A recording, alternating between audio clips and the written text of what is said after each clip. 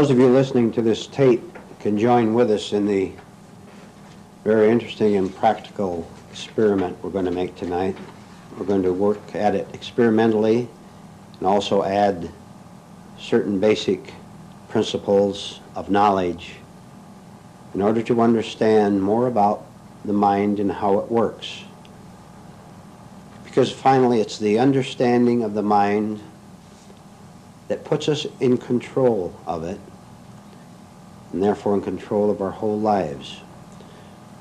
So will you please, in this room, and those of you listening to this tape, please write down the following on your slips of paper. 1, the figure 1, and after that write directed thought. 1, directed thought. Underneath that, 2, vagabond thought. 2, vagabond thought. And under that, the figure 3, no thought. 3, no thought. All right, just set that aside. We may or may not refer to it again, but just set it aside so you're at ease over it. You won't be writing anything for a while. Now, think for a minute of all the dozens, perhaps hundreds of ways in which the mind can function, can move, can operate. Just think in general. Let's get a general idea of what we're going into. The mind can operate as memory. You can remember how to get home. Function as imagination, which can be either right or wrong imagination. If it's coupled with neurotic suspicion, it'll be wrong imagination. If it's coupled with how to plan a new home you're going to build, that would be right imagination. The mind can be in a right mood, what you call a pleasant mood. It can be in an unpleasant mood. It can select. It can reject. It can be depressed. It can be elated. It can be puzzled. It can be confused. It can tell the truth, and it can tell lies. Just think, you could add many more to that, I'm sure yourself, if you just think about it, all the things that the mind can do. However, tonight, we're going to go into an interesting experiment connected with what you just wrote down. Select 3 of the ways in which it works, and you'll see that they are fundamental. And if you'll remember these, tomorrow, when you go out to your work, when you're around the home, if you'll remember these and practice them, just think, that's why you should write them down. Practice them. It'll be very clear to you how the mind can alternate from one way to another way. Okay? Okay, now, we're first going to take directed thought. In other words, you are going to be in charge of what you're going to think about for the next minute or two. And I will select it for you in this case, but you can select it for yourself anytime you want. You're going to choose deliberately, consciously, to think about a certain thing. But I will select it for now, and then we'll all think about it. I want you to think silently for just a few seconds, and the tape will be silent too, of course. Think deliberately about the harm of liking to be negative. We're going to deliberately think aloud for a moment and then silently about the harm in liking to be negative, and we do like it, we prefer it, or we wouldn't fall into it. Because it gives us a sense of I, a good feeling that I am someone and you're someone else if I can get angry at you. So, directed thought. I have directed you in this case to the subject of seeing the folly of liking negative thought. Now, for the next 30 seconds, ponder it, think about it, run back and forth with it. This subject only, stick with it now. Go ahead.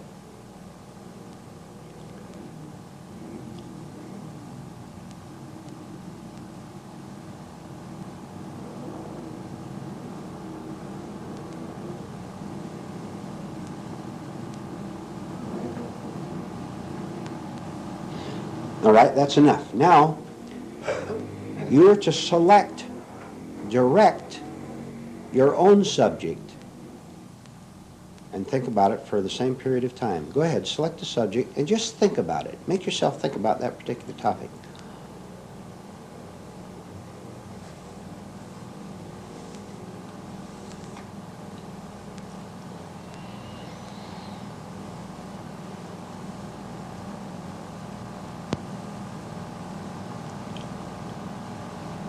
All right.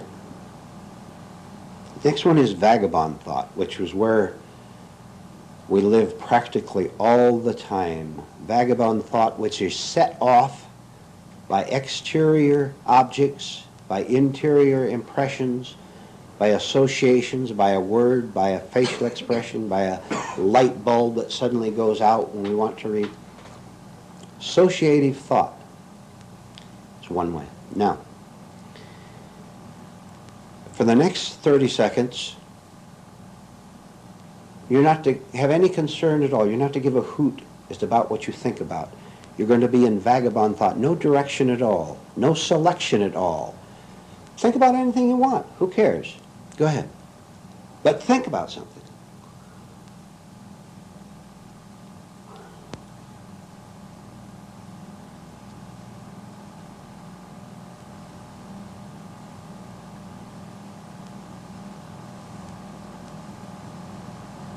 All right. Maybe you thought about a dozen things in that period of time. Okay. These two are relatively easy. Not much to it. Especially the second one. Now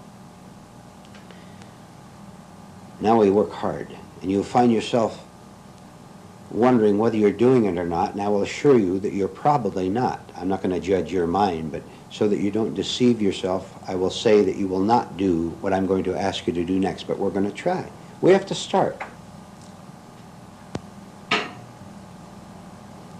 For the next 30 seconds, don't think about anything at all.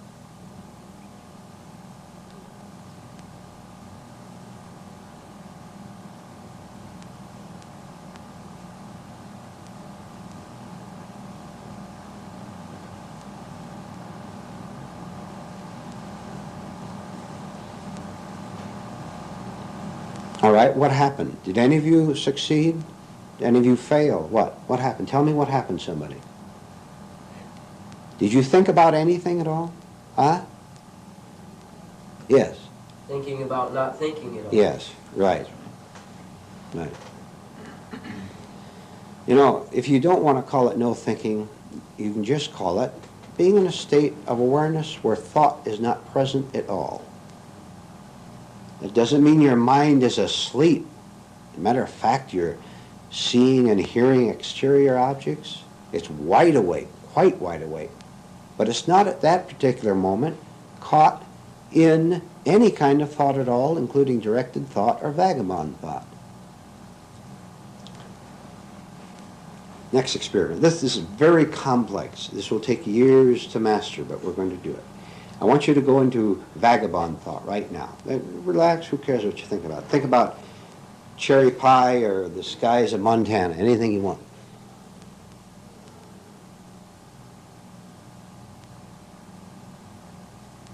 Now stop. Stop thinking.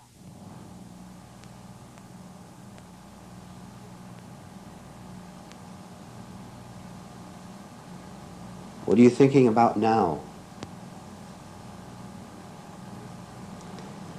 The assignment, the general assignment, and you won't be asked to report on it or anything at all, but you have it down on paper. The assignment is to practice being in all three states. Try to break yourself, for example, when you're in vagabond thought. and switch to directed thought. You can go from one to the other. Doesn't make any difference. From one to the other too. Just try it. Watch how you can, maybe you're being in no thought at all for a while, and you've sustained it, and in natural alternation, because all three of these are natural, vagabond thought has its place too. You can't be thinking about the same thing all the time. There are associations that are going to carry you away, and it's right and necessary. Otherwise, you wouldn't stop at the boulevard stop. This is your work. It's hard work, and it's a lot of fun. Do it. Do it, for example, in bed when everything is quiet and you're just laying there. Lay there on your back and watch your mind operate and watch where it is. Just watch the location it's in. Then experiment with what you've been told and try to shift it to another one. Look at the value there would be, for example, in laying in bed, and you're thinking about all the things that have happened during the day. Vagabond thought, which in most cases is wasteful, because you're wondering about your boss or whether you should have done something another way to please someone. Whatever, the whole thing. Stop it.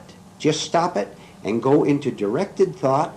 I'm going to think of how nothing on earth matters but straightening out my mind. Wouldn't that be better to think about than running over and over the same old phonograph record all day long? All right, I'm going to add one thing, and then we're going to go into something else which relates to this. All right, deliberately think about something, anything. Go ahead and think about it.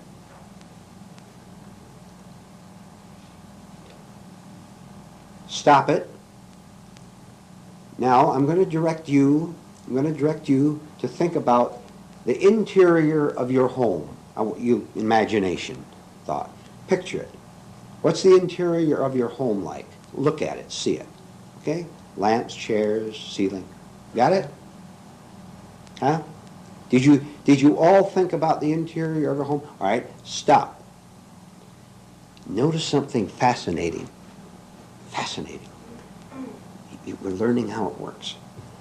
While you were thinking about the interior of your home, you didn't know you were thinking, did you? Be careful. Be careful. While you were thinking, you didn't know you're thinking. It's impossible. Now you can remember that you thought about it, can't you? You may think you were thinking. You were not. You were absorbed in thinking itself, and there was no one else thinking that you were thinking about it.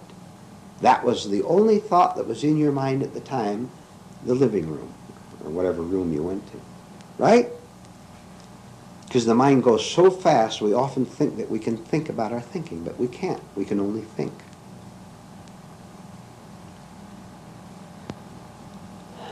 So that when you're lying down in bed at night and you're thinking about something, practice this too as a little side issue, to come to an end of thinking about something and see that at the time that it was on your mind, that is all there was. All this has tremendous practical value. I can't begin to tell you, but we're going to now go into one discussion of how valuable it is. Practical application, tremendous. Joan, do you remember about 3 mornings ago when I was at your house and we were out in the kitchen and I had had my coffee and I had it fixed all ready to drink, and you came out and offered me something? Do you remember the incident at all? Do you remember it? If you don't, I won't ask you to reconstruct it. Vaguely. All right. I wanted to tell you something then. I did tell you in a way, best it could without being too strong, to put an end to thought. I look at every one of you here and I see you're unable to break thought. You carry it around with you.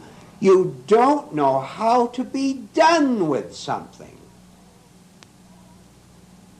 Whether it's a second ago or 50 years ago, 30 years ago, 10 years ago, or this afternoon in the office where you had that confrontation with someone. you don't know how to be done with it. And isn't that a shame?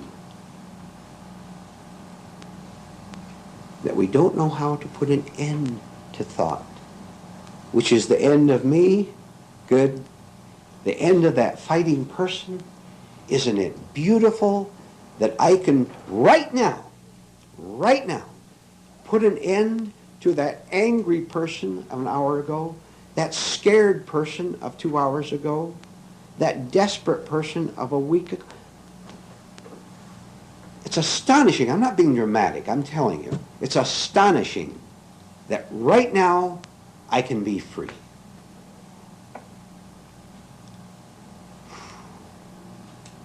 You mean to say you're going to spend your spare time in doing anything but exploring this? You mean you're going to let any person or any circumstance stand in the way of you setting yourself a free man, a free woman right now?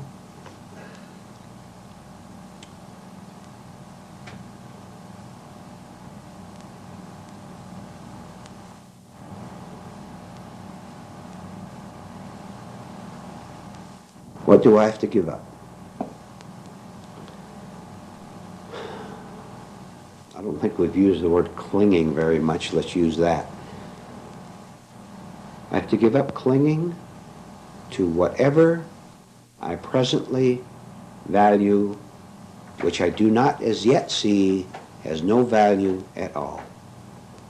The security of having a permanent lover. The security of having fixed philosophies. The security of thinking that I am kindly, and you're not. The security of having an exciting future ahead.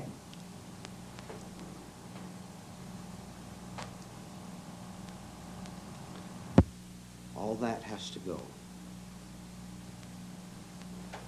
And I'll add one more thing.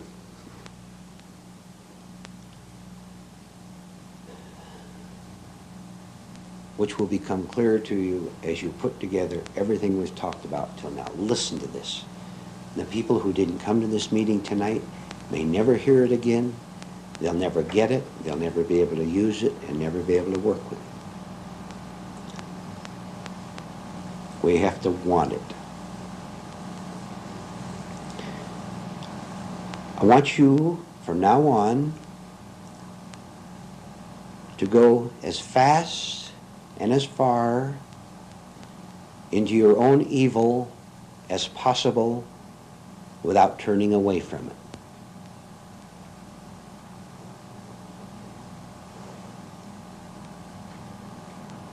Because you don't understand the layer after layer after layer after layer of it, because our pseudo-securities, our pictures of ourselves, our ideas about how we've got it made, stand in the way of seeing it, and only by seeing it can I come out of it.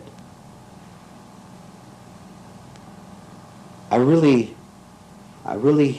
cannot use words to tell you the enormous thing I'm trying to tell you about. Because you have to experiment it for yourself. Experiment for yourself. Example. You're on the path. You're working on yourself. You come to the meetings, you read the books. You do everything possible to get these things. You will see for the first time a feeling that you are unworthy to be doing this, that you're too evil. Therefore, you're a hypocrite. I come to these meetings and I behave my best, and I make comments and I give little talks, and then I think all these thoughts. I'm a hypocrite. What am I going to do? I better give it up. Shouldn't be a hypocrite.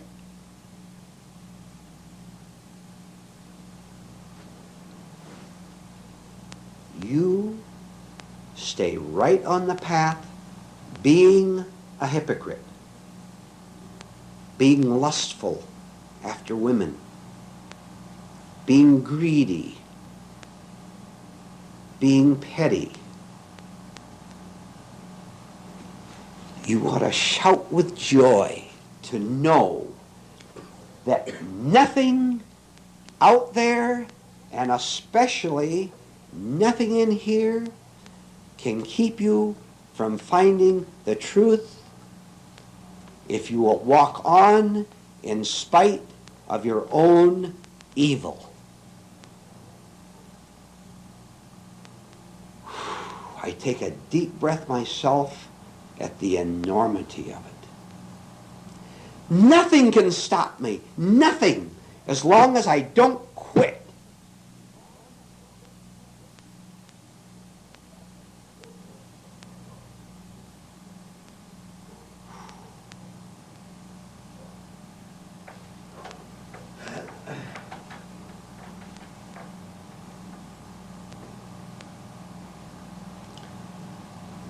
You have been bluffed by evil long enough.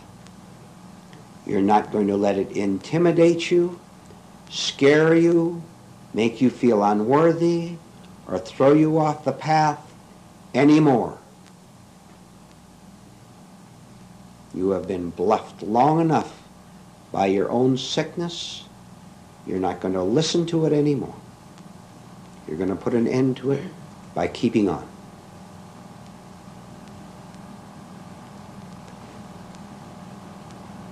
Look how simple it becomes. Look how simple. All I have to do is walk.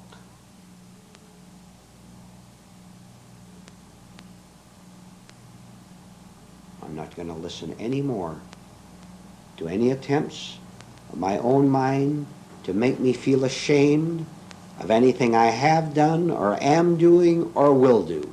I'm not going to listen to you anymore. You're not going to make a sinner out of me anymore. You're not going to call me a sinner. You're not going to call me degraded. I'm not going to listen to you anymore. I've done this all my life, and I see what has come of it.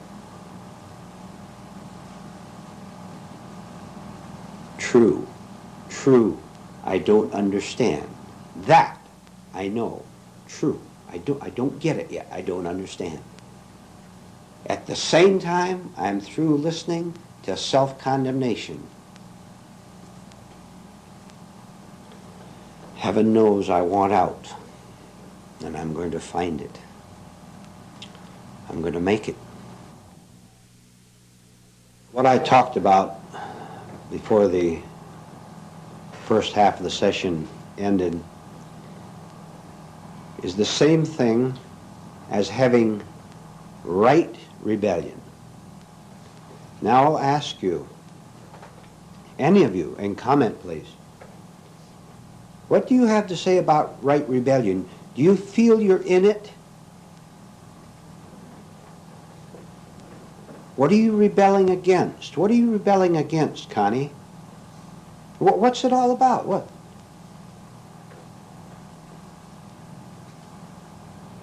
I'm rebelling against my liking my negativities, my enjoying them. Yeah. She connected, didn't she? Directed attention. Did your hand go? Yes. You once said in a meeting that you spent your day arguing with yourself. You know, you were giving out this general thoughts out, and I felt, you know, that's what I actually do myself. Instead of, let's say, to carry out the work project, self-observation. Well, it's not that I'm arguing with myself most of the time, and it's mostly between guilt thoughts, shameful thoughts, and thinking that I'm working, actually arguing with myself. All right. All right. Rudy and the rest of us. Excuse me. Can we not catch ourselves arguing and stop it? Why don't you stop it? We know why, don't we? A general statement. Why don't we stop this stupid, useless, energy draining arguing? Simply because that freight train is running so fast and furious, we're not able to yet. But we're getting on to the tricks of it. To use the, make an illustration out of it, we're learning how to turn on the brakes on this freight train. Just first slow it down a little bit. Eventually, put an end to it. Stop it. When a situation is done, be done with it. As, for example, arguing with myself. On the way out here, I spent 11 hours the first day listening to Vagabond Thought mostly, and something like 7 or 8 hours the second day, and it's very boring. It's just a horrible. That made the trip awful. Just to have to listen to a mind that went on, and there was no control over stopping it. Right. I had an interesting experience driving up here the last time from Wickenburg.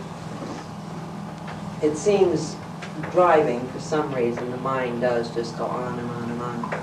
And of course, driving up so often, I've tried to learn to work with that. And every once in a while, I would catch myself in Vagabond Thought. And I had the impression at the time, I bring myself back to now, I had the feeling that I was shrinking, that while I was in negative thought, that's all there was. And I could feel myself coming back to where I could feel myself little in a car, in the world. It impressed me that when there is negative thought, it's all me. That's all I am. That's what you are. That's your And then when I world. want myself back, Yes. then I was just a little itty-bitty person in a great big world. Well, I mean, no, Connie, don't put it that way. Because a little person is still a person. A little person always wants to become a big person. Yeah. So you see, let me ask you a question before I say it. And then if you have more, you can go on. But let me get this, please. Do you see the difficulty of saying what we have to say with words? Do you understand? Because I'm getting here. Look, if you're not there as a little person, then where are you? The question is wrong. When you say, where am I, you're still I. Go ahead. Well, I think that is the problem, trying to express the feeling there. Yeah, it's very difficult to talk about The this. point is isn't that it? what I did see clearly was that when I was in negative thought, that's all there was. It's all there was of you, and that's all there was of your world. Because you are your world. That's all there is. Can you imagine? If you can imagine a person putting a torch to the whole world, burning the whole world, what a horrible thing. I am putting a torch to me, to my world. When I hate someone, when I'm furious, when I'm angry, when I'm jealous. You want to live that way? We don't want it anymore. But look. The easiest thing in the world to do is to remain deceived. Very simple. All I have to do is call my anger by another name. Call it energetic enterprise. You get your own labels. All I have to do is call my neurosis dynamism. Say it, Leland. Dynamism. Dynamism. All I have to do is call it something else. I'm free of the problem, and now I can continue to hate you while saying I love you.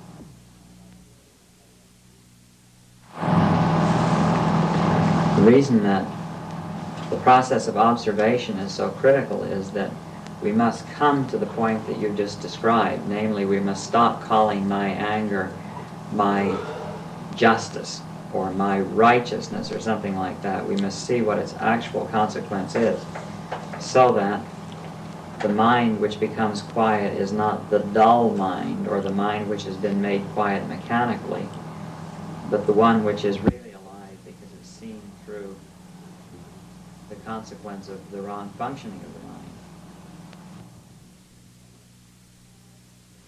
Yes.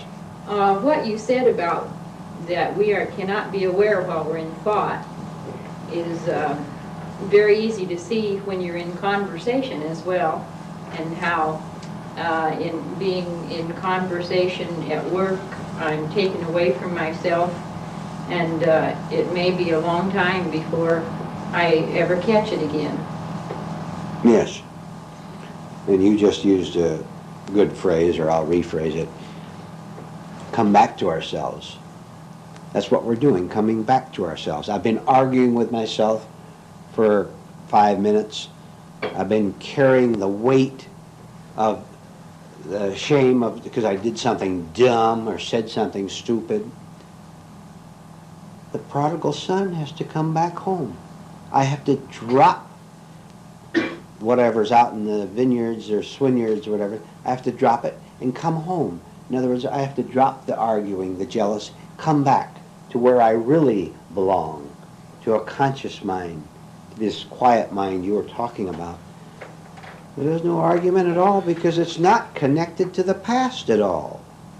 It's not in time at all. See? Not in time. I've dropped time.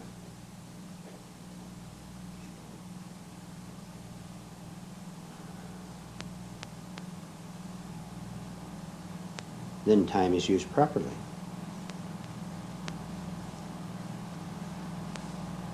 I remember to turn left at the corner instead of right in order to get home. That is time thinking and has its place.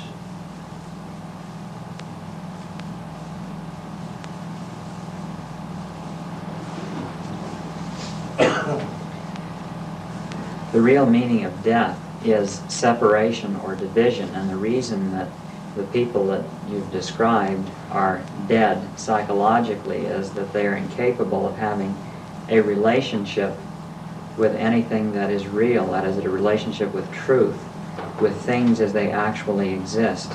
Incapable. And for this reason, nothing fits. It's like a machine in which all of the gears fail to mesh so that it goes nowhere. It simply spins and has no consequence, no meaning, no vitality. Gives speeches. It can be turned to hatred. Every dead human being can be turned to hatred in 1 second. Right? Right. Have you ever known? Shows you how we understand certain things down at a certain low level.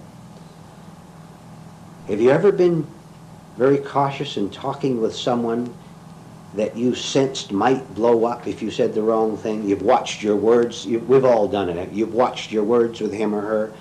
Well, see, that shows we're not so dumb. Down underneath, we understand that, at least. But we can go way beyond that, way beyond it. So that you might actually do the same thing, but do it consciously and without fear. Before we did it fearfully. We could sense, don't say the wrong thing, boy, he'll blow up at you. And you know the next stage beyond that? I'll tell you what the next stage beyond either both fearing, saying the right, being careful so you don't offend that person, and doing it unconsciously, and doing it unconsciously. Those two. There's one stage beyond that. And that stage is called getting up from your chair and walking out of that person's life.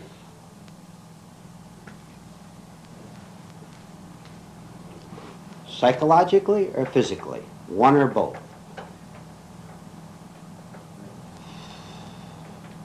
Isn't it beautiful that you and I can get up and walk out? And we'll do it when we see the necessity and the rightness of doing it. But you discuss more of the idea of the person being aware of his condition. You've mentioned that when I'm in mechanical thought or when I'm in a negative state, that's all there is of me. Now, the process of breaking that is the process of reflecting on the condition itself. Is that... Well, not quite. Let me put it this way. True, when I'm in it, I don't know that I'm in it. I don't know that I'm in it. This is why you can't tell an angry person, you can't, you know. You're mad, stop being mad, he'll deny it. He can't see his state. You know. The thing is to, as simply as possible, Leland, the important thing is to practice stopping the train. Now say what you said again, and let's see if we can catch it again. Say it again. If you can. You've said it so simply that you've said that it's not the process of reflecting on negative All right. thought patterns, but the process of simply stopping them, dismissing them, being done with them. Not that it's wrong to reflect. Get this now. I'll rephrase it. It is right to reflect, but impartially. Look, 10 minutes ago, I was rude. Because I was asleep, by the way. I'm mechanical. I was rude. Okay. Now, I'm working on myself. I'm remembering myself. I'm doing the whole business. I think back. I was rude. Okay. That's a fact. 10 minutes ago in time, I was rude. Now, this is okay so far. If I do it impartially, without going into second thought, I am rude, therefore next time I'm going to be polite. You won't be. You're still I trying to be polite, and I is rude. I is always rude. Right? But impartially, there was rudeness that passed through me, that took me, we have to use me, I, look. A negative state called rudeness took me over, grabbed me, made my tongue say that what I said, made my face contort in rudeness, took me over. I was a slave. Okay, I see it. Therefore, I'm going to work on myself. Try to watch, for example, the next situation where that person takes my coffee cup and I make a rude remark to him, I'm going to watch myself walk up to the situation and try to stop thought, connected with emotion, so that I won't be rude again. So that I won't suffer so much. Because I really do suffer. That's a fact. I suffer. I'm rude, and I know that that is wrong. I suffer at the moment I'm rude. Because I shake. I'm afraid you're going to hit me. And I know it's wrong. I know it's not natural. I know it's not good to be rude. Therefore, I went to the class and they said if I work and keep at it, I can stop being rude because there's another way to respond to every situation so that I don't have to be rude or angry, upset, but free of it. Now, I don't know what that means, but I'm going to work and find out.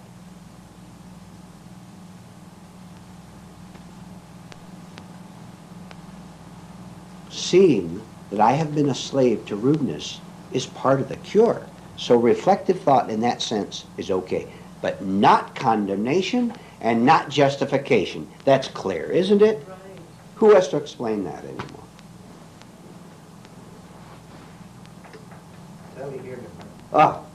Did you say that when we're in a negative state, we don't know we're in it? That's right. Is it? All right, I know. Okay. I feel it, I suffer it, I don't know it, because I am it. In one sense. You see, I can feel, see, but afterward I can catch and say, I was in a negative state. At the moment, I'll deny it, because I am it, and there's no one outside of it. But at the same time, at the same time, I am paying the price of it. That is not the same thing as being aware of it in a different way. This is getting very complex. Are you following it? Well, can't you? It seems to me that when I'm angry, I mean, I can know I'm angry. Can't a part of the mind say, I've fallen again? And that is memory operating, say, I was angry 1/1,000,000th of a second ago. If you indeed are doing that. Isn't it slowing down, connecting the two, slowing down the freight train? Slowing down thought so I can see what thought I thought a minute ago, a second Well, ago. like what Sally was saying, I can remember when maybe a negative state could last for 2 hours or 3, I could be in it for 2 or 3 hours. Yeah. I mean, I can think back 3 years ago, 5 years ago, whatever. Okay, then what I see as I work on myself, I'm slowing it down. I can see where it'll happen, and I'll be in it. And I couldn't be conscious, I couldn't be aware or awake or anything else. And then maybe it'll last, let's say, 5 minutes. And all of a sudden I'll realize, I'll walk out of the room or something, and I'll realize that for the last 5 minutes that I didn't know. I was in that state and I was just so totally absorbed that I couldn't think straight or anything else. So it's just cutting it down, trying to cut it down. Sally, I know what you're thinking. Sally, all of us, you will experiment, and you tell me whether you're conscious of being angry at the time you are. Is there such a thing as being consciously angry, by the way? Or is anger a part of the sleep state?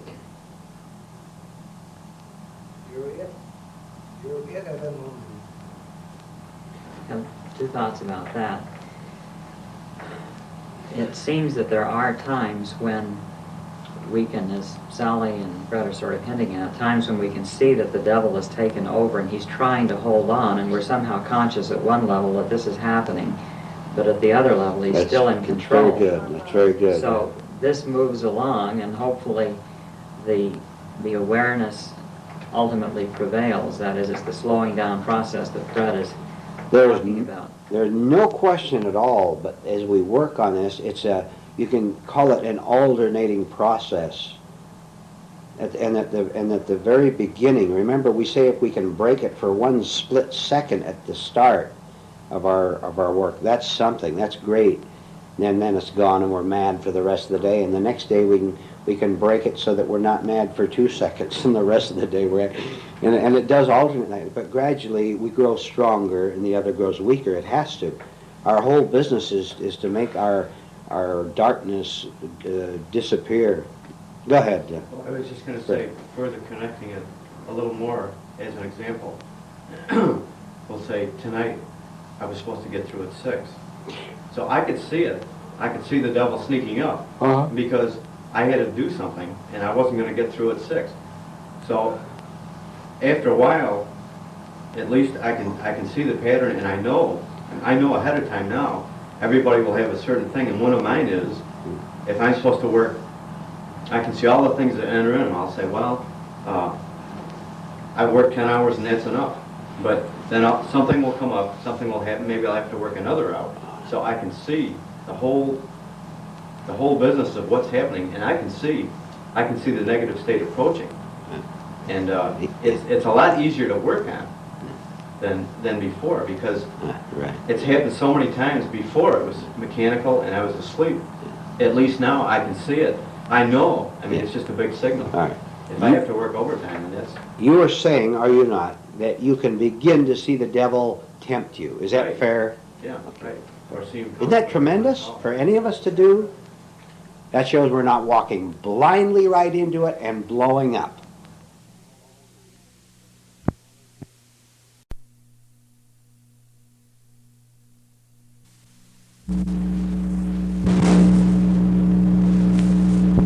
This morning we're going to proceed a bit different than usual in that I'm going to let you select the subjects that we're going to discuss this morning. Whatever subject is on your mind, something you'd like to talk about, something especially that you're afraid to talk about, simply ask the question. But first I want to review briefly something we went into last night at last night's special meeting.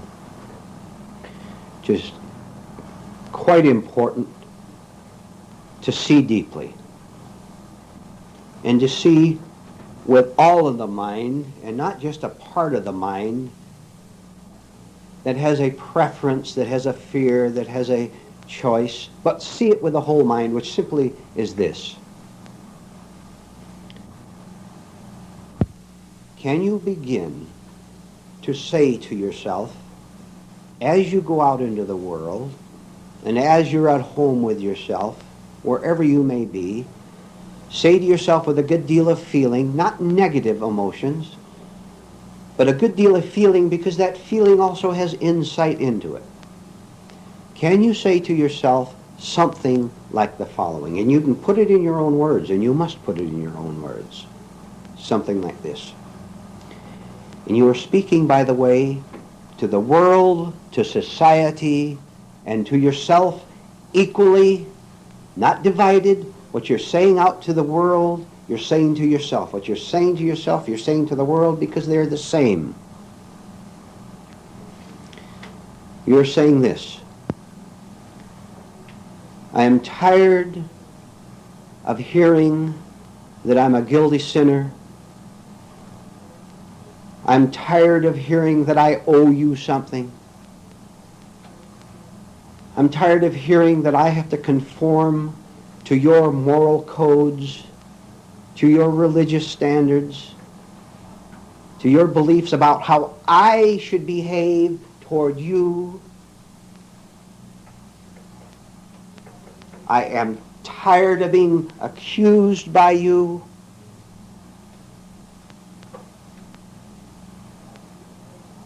By being told I have to live the way you want me to live. I am sick and tired of your little pieces of paper that have a contract on it that says, now this is how you act.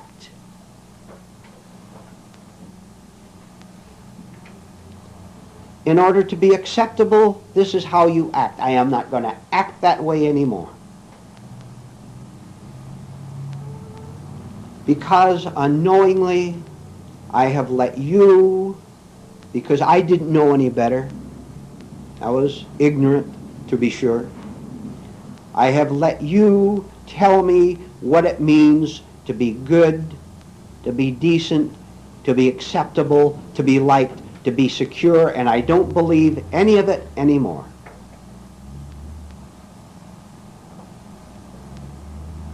Because I got to the point in my life where I saw it didn't make me decent at all. As a matter of fact, it did just the opposite. It filled me with a great hostility toward you tying me down. It's the way you feel, I'm telling you. You feel tied down, don't you? And if you don't see it, you'd better see it right now. You have tied me down long enough. Oh, there's so many facets to this. Right rebellion. There's wrong rebellion. Rebelling against this prison in order to go to that prison is wrong rebellion. We're rebelling against all prisons, all man-made concepts of what it means to be free.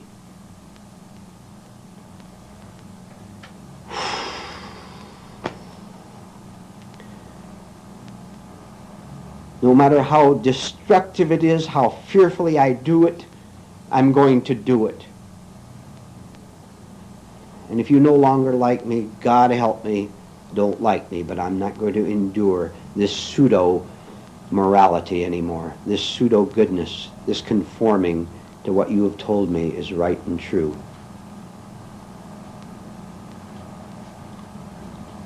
Because I've seen that it's a lie. And I'm tired of lying to you and of being lied to by you. I'm not going to do it anymore.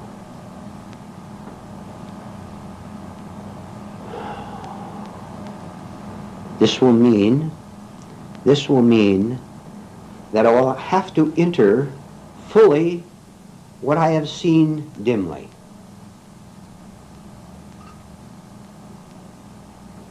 This will mean that if I've seen a slight bit of wildness in me, if I've seen a slight bit of saying, you're not going to tie me down anymore, society, by your phony rules, I have to go 10 times as far, 20 times as far. I have to dare to lose your approval completely. Lose you as my friend, my companion, my sex partner, my wife, my husband, my political friend, my social friend, my employment friend.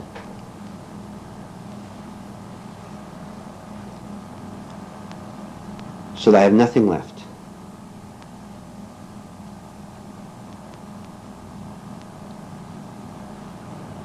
And life is not worth living until I go into it and come to the end of it. But I don't know what the end is, and this is what's so terrifying.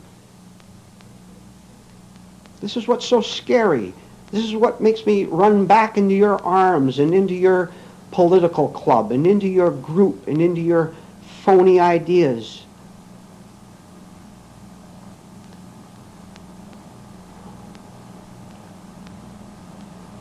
But I'm going to do it anyway. I'm going to say goodbye to you.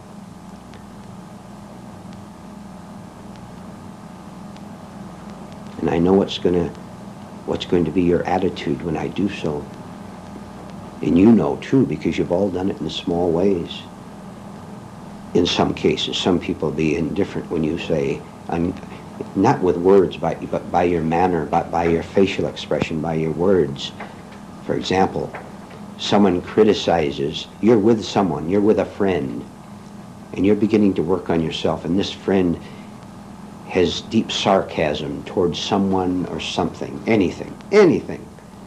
And this friend, because he is weak and has been depending on you to agree with his hatred and sarcasm, he's waiting for you to nod your head, and you don't do it anymore. You know very well that out of the side of the corner of his eye, he has seen that you didn't nod anymore, and unconsciously has this slight disturbance up here, right? So he'll try again, and you don't do it again. Already he has the message. Already he is getting anxious, and already he is preparing his hostility. Because the loss of your support means the loss of his eye, and now the only resort he has is to be angry towards you or critical toward you to keep his phony self in place. Did you follow this? Do it. Do it. When he or she goes, he or she goes. And what will be your position? What we've been urging each other to do all along. To be fully in a position of being lost. Nothing is more beautiful than to be lost. Right?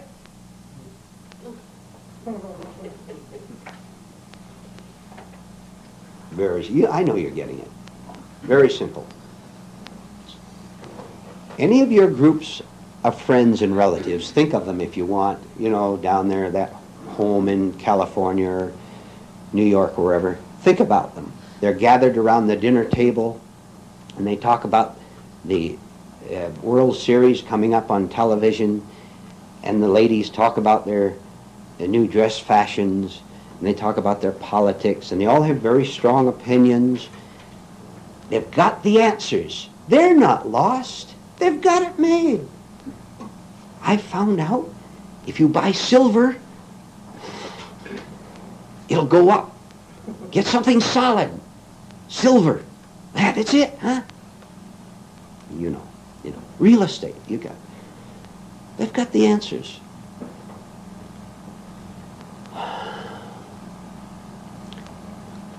They have found themselves, and they are sick, neurotic human beings. We're going to let go of silver and real estate and friends, and very, very importantly, we're going to let go of philosophies and religions and ideas and ideas of rightness, ideas of security, ideas that others can make us feel secure, so that we're lost and wandering out in the desert with no ideas at all to support us, not knowing whether to turn left or right or up or down, completely lost, and without making any effort to find the teacher, the book, the idea, the feeling that will rescue us from our lost state.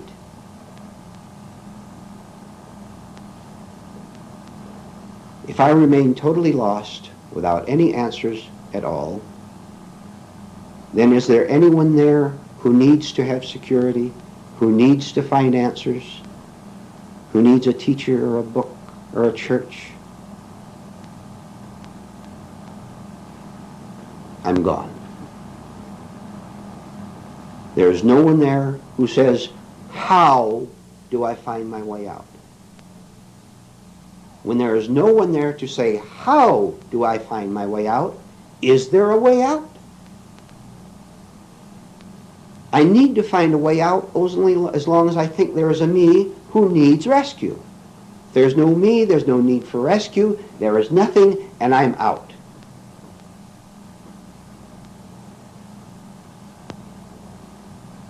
By destroying all rescuers, all sources of rescue, by destroying them, I am out. What stands in the way of this authentic liberty? 1,000 things and one thing. The one thing that stands in my way of perceiving this, my own ignorance of it. And that ignorance of it includes many, many things that we've talked about. My wish to remain as a separate self who needs to find the way out.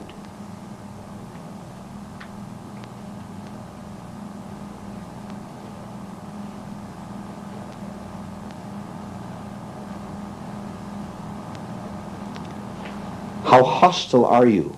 I'm talking to each of you personally now. How hostile are you? To the degree that you're hostile, which is 99% in secret, 1% open, 99% secret and suppressed, behind the mask, behind the smile, behind the good manners. To that degree, you are still seeking something outside of this nothingness, which is allness. So if you want a clue as to how far you are immersed in ignorance, it will be to the degree that you are secretly hostile against anything.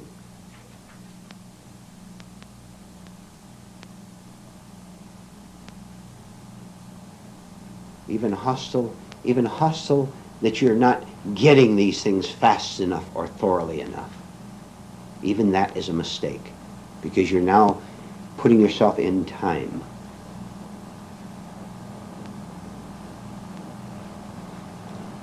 Now I'll tell you something, and with this, I'll end this. What I'm going to tell you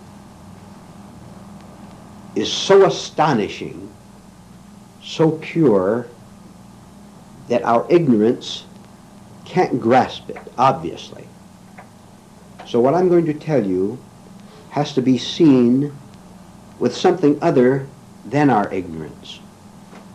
Has to be seen on the level of the pure knowledge itself, which is that now in this room you are free of this hostility at this time. You're out of it now if you see it. And that's the only difference in the world, if you see it. Right now.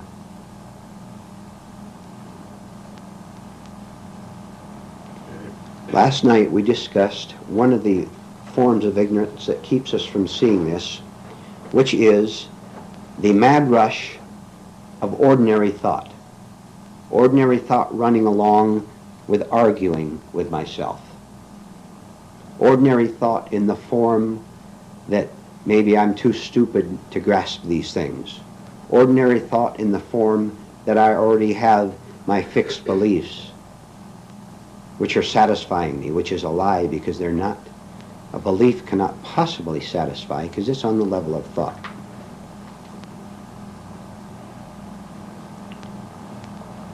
We are left with one thing, as always. One thing, as always.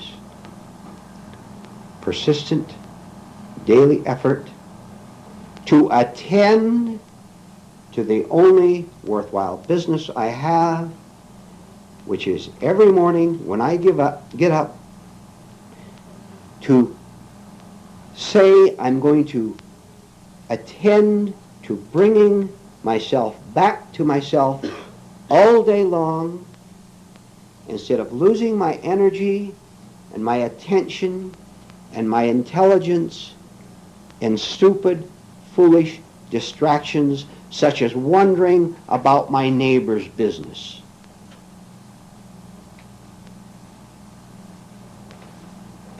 It would be a very good idea, if you would remember the phrase, "What has that to do with me?" What does that have to do with me? If you lose someone or something that is very valuable to you, casually ask yourself, casually, because it's simple, casually, what has that to do with me? It has nothing to do with you. It has only something to do with your conditioned ideas of how you must have this person or this possession. It has nothing to do with your liberty at all. Now, think to yourself, what would cause you anxiety, tension, upset, hostility? Some event, what? Getting fired down at work, losing someone, losing something. You tell me. And then you say to yourself, what has that to do with me?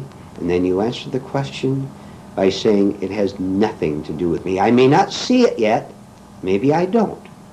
But that's why I'm working, so I can see it has nothing to do with me, because I remember the aim I made a month ago, a year ago, 10 years ago. I refuse to be a slave any longer. And I'm not going to be.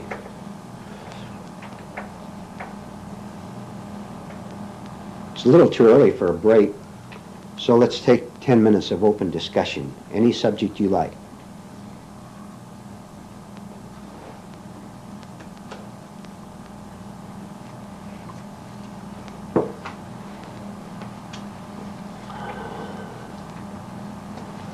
In connection to what you just said, would you please tell me of the deep feeling of the Savior complex? The deep feeling of the, yeah, sure. It's very simple.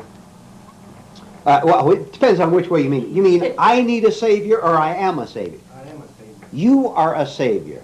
What is that but vanity? What is that but I? I can save you. Now, a free mind doesn't have that, does it? Is that clear? A free mind couldn't have that at all.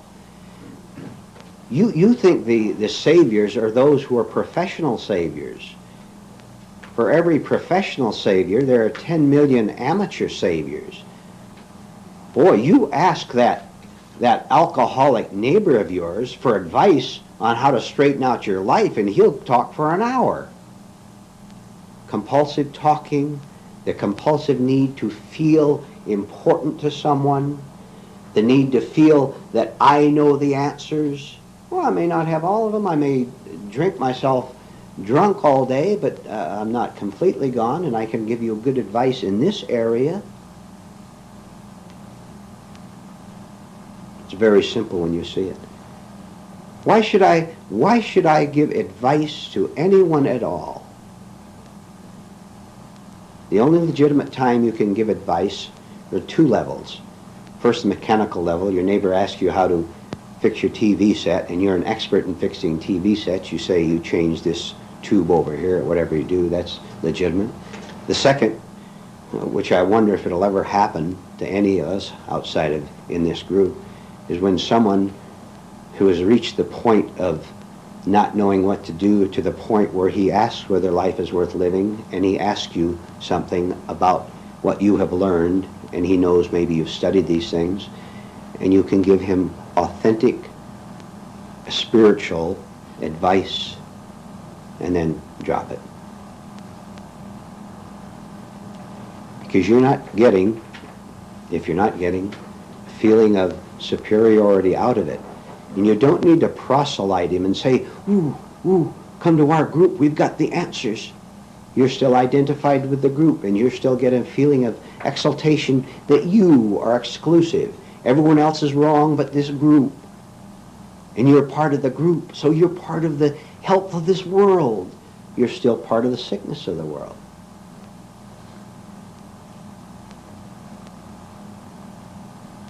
But you could be watching yourself as you give advice to someone and see, why did I say that? Did I say it purely, simply because, listen, because I know it's a fact. Therefore, I don't have to prove it's a fact to him or to me. I know it. I know it so well, I have no compulsion to tell anyone else about it.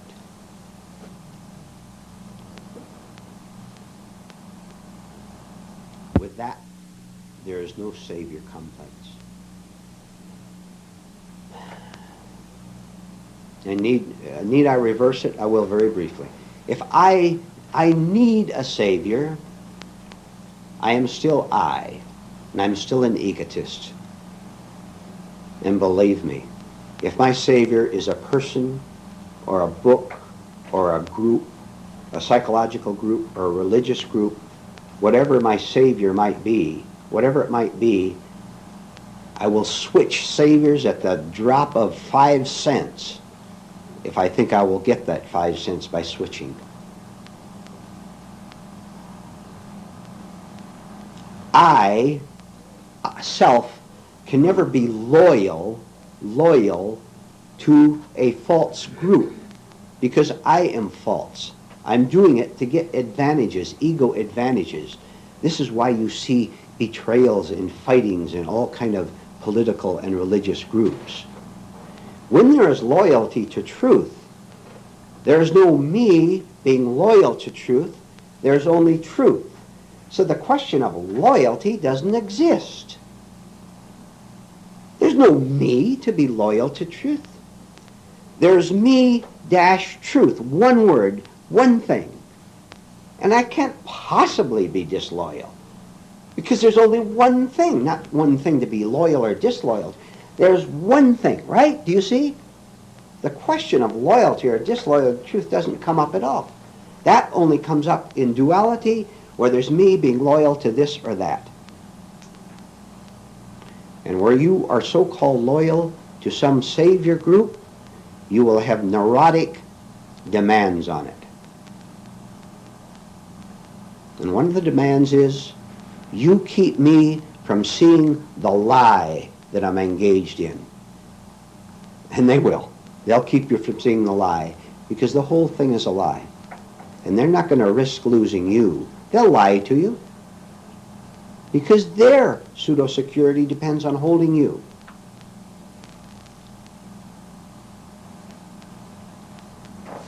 This persistent daily effort that you talked about to remember ourselves or to come back to ourselves, could you go into how that might work as we're just learning these things, as we're getting knowledge throughout the day? How might... Okay, all right.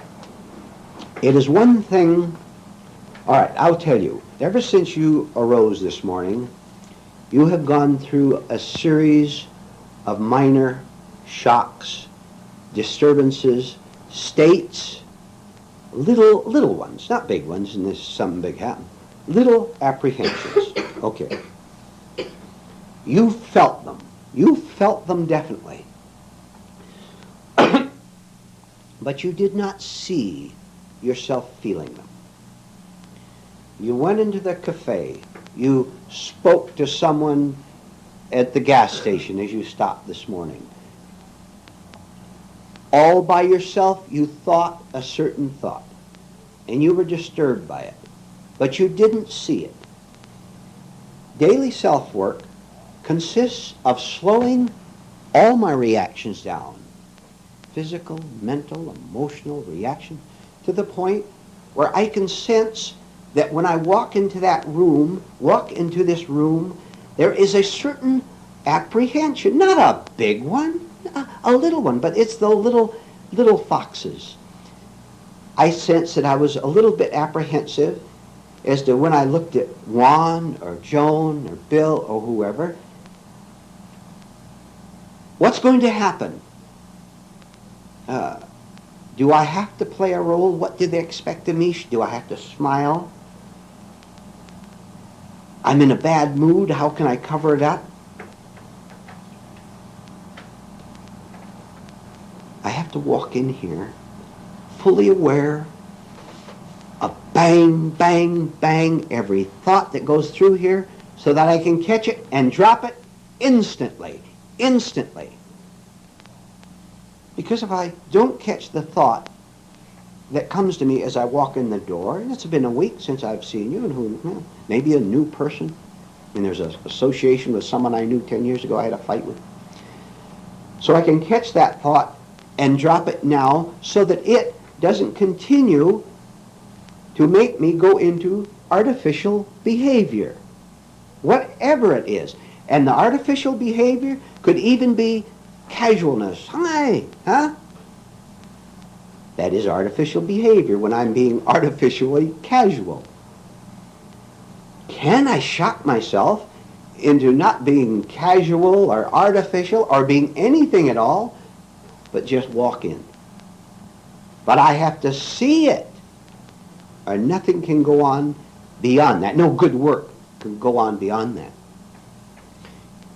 You told us one time, Dick, that a year ago maybe, you used to thank the gas station man for the gas. You give him his money and say thank you.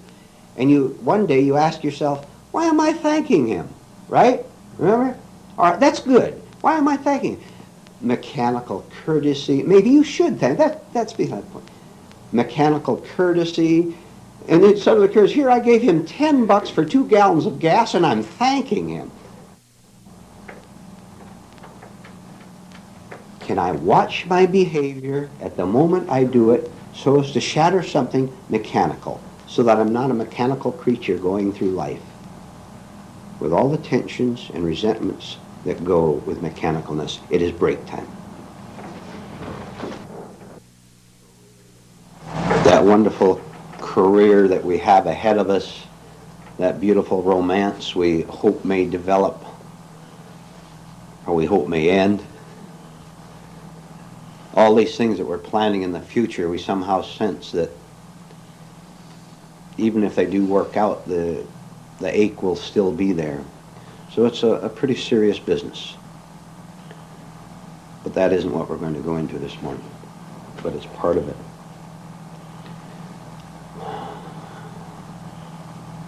Very happily,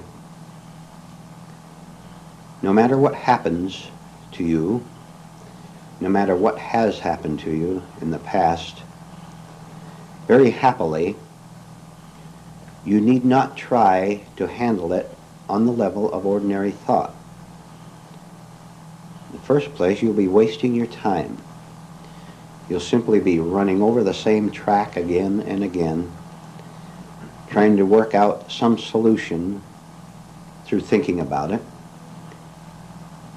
which will never work, and we sense it. So we lose one thing, we say, I'll substitute another. Or I'll distract myself from this pain, whatever it might be, the habit I can't break, the anxiety I feel.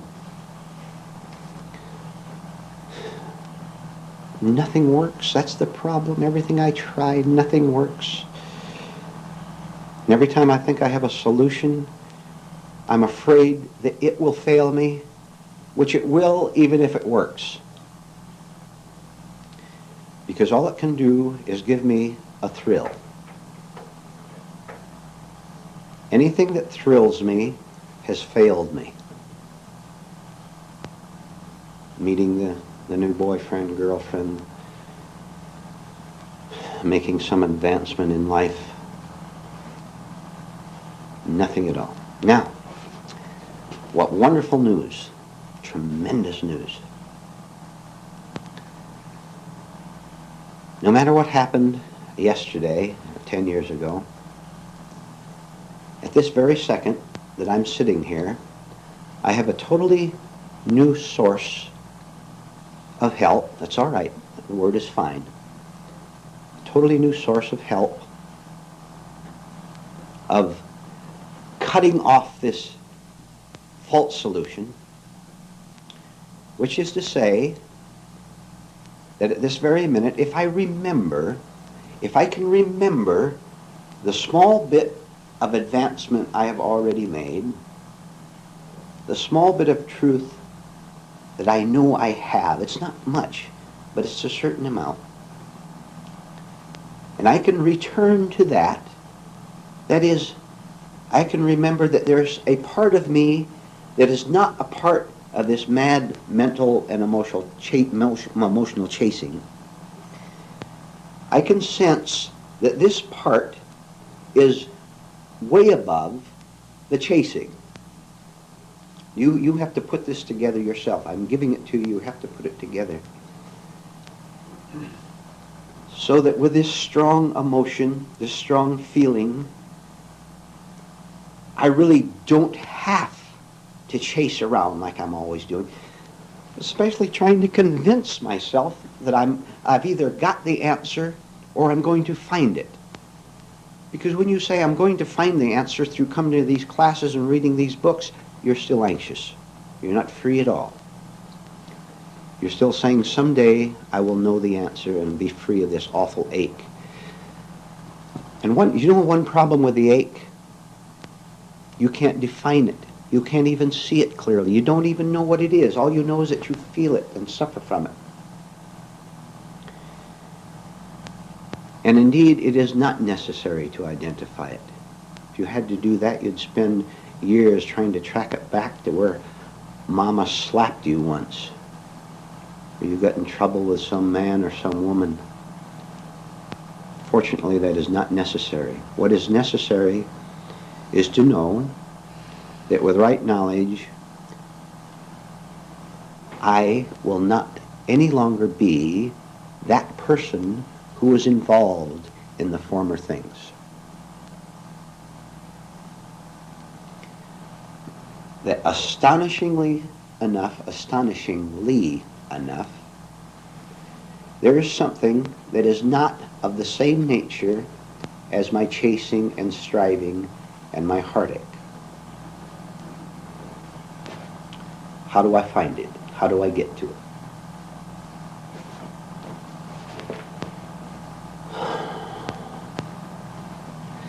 By getting real serious, looking at the heartache, the pain, at the moment it occurs, and saying consciously to myself, no. No. You think this is easy. You think it is easy as I'm telling you. You try it. But do it.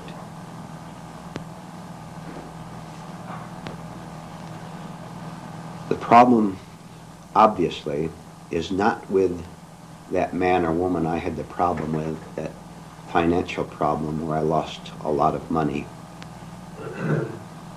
where I acted like an idiot. The problem is the fact that I remember that state and get an emotional experience from it, which is cement. That emotional experience being valuable to me because I know nothing else. Living in the jungle has been the only world I have known. This is my familiar world. And no matter how many times I come to these meetings or read in these books that it is necessary for me to walk out of the jungle, no matter how many times I hear that, nothing happens. Nothing happens because the jungle is very pleasurable, in quote marks. The jungle is very pleasurable because it keeps what I call me in place, which we've gone over many times before.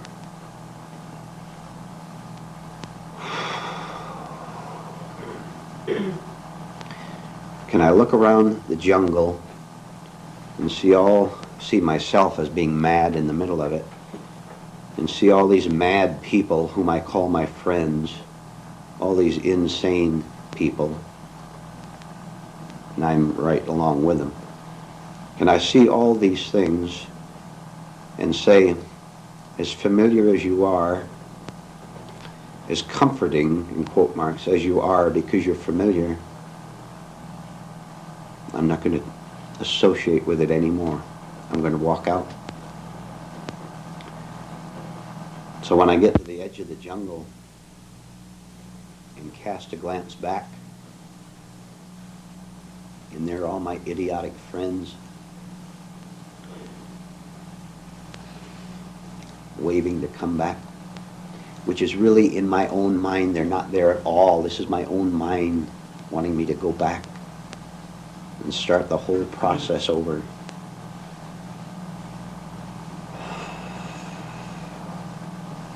Maybe in these classes we can give each other the courage to get to the edge of the jungle, to where the clearing is, which is completely foreign, completely unfamiliar.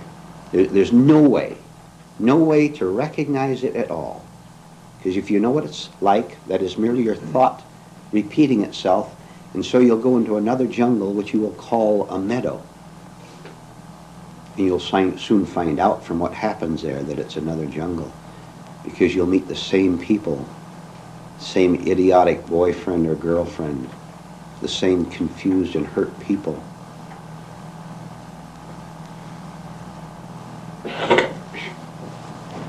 At the edge of the jungle is the place of self-destruction, which is I'm going to tell you something. You need all the strength you can have to get to this position. The edge of the jungle is horrifying beyond your worst imagination. You think you're in a horror now of what you're like? You think this is scary living with you? Indeed it is, but you have seen just that much of it. In other words, indeed we're all of us, 50 times worse off than we can imagine. Look how easy you can get your feelings hurt. Look how easy someone can cross you and make you angry. Look how easy you cry. Look how easily you get lonely. Look how easily you can be made anxious by losing something or someone. That's the bare surface of what is wrong with us down below, which is necessary to see. Now, happily again, when I get to this point at the edge where I can start to see far, far more wrong with me than I had possibly imagined, to the depth that I see this horror of my life, then there is a real chance for me to shatter it. Because I will also, it's just a curious thing, so very curious, that the worse I see myself to be, the more I see the possibility of destroying it. look at your life and look at the lives of some friends of yours. Now let's select someone, maybe us, maybe someone else, who we call self-righteous. You know what it means to be self-righteous? Someone who thinks they're a good moral person, someone who's kindly. I think we all should love each other, and the other kind of lies that go with it. You'll see that that person has no idea of the horror of his hypocrisy, therefore sees no chance at all, no opportunity at all to change himself. You see, look, egotism never, never, never sees itself as egotism, right? Never. We're blind to this in ourselves. Having never seen what we are like, we can never, therefore, go to the next step of seeing the opportunity of changing ourselves. All right. So by going deeper into the horror, the lying, the little trickeries, the little deceits, out of that hell itself comes the first glimpse of our heaven. But it has to be a very real hell in order to make room for heaven, because it will destroy itself. Because I, to use a figure of speech, will die in the flames of my own hell. I will actually die in it. And there's no description of this at all, but you can make the experience yourself a little bit at a time, which really doesn't involve time, but involves instant perception of what we're talking about.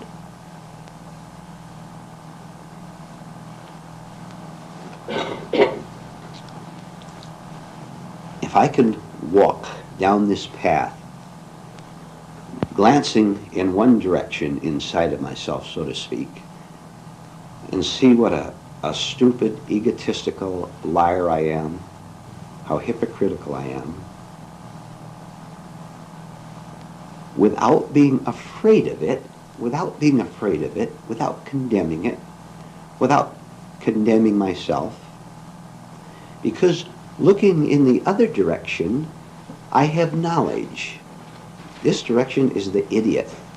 In this direction, I have certain knowledge that says even to call myself a drunken idiot is wrong. When you can put these two things together at once, what a it's incredible. I can't describe it to you. When I can glance here and see what a stupid dumbhead I am, see it as a fact, not as a self-condemnation, and then switch real fast and see that it is wrong to call myself that, and alternating back and forth until I can see how stupid I am, and then drop the identification, because I understand that it's still a label, because this knowledge that I've acquired in class and in reading tells me I mustn't do that. I put an end to the idiot.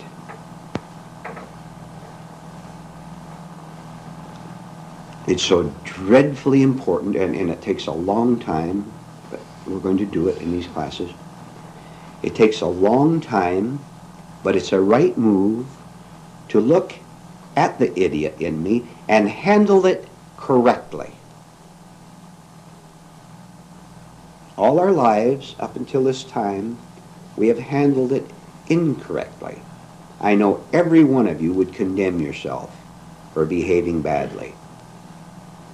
For example, any one of you in this room, say during the break, I could speak very sharply to you, very harshly to you. I would be doing it consciously, not mechanically.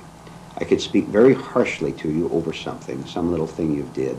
You blocked the doorway like we tell you not to do, or you did some little thing.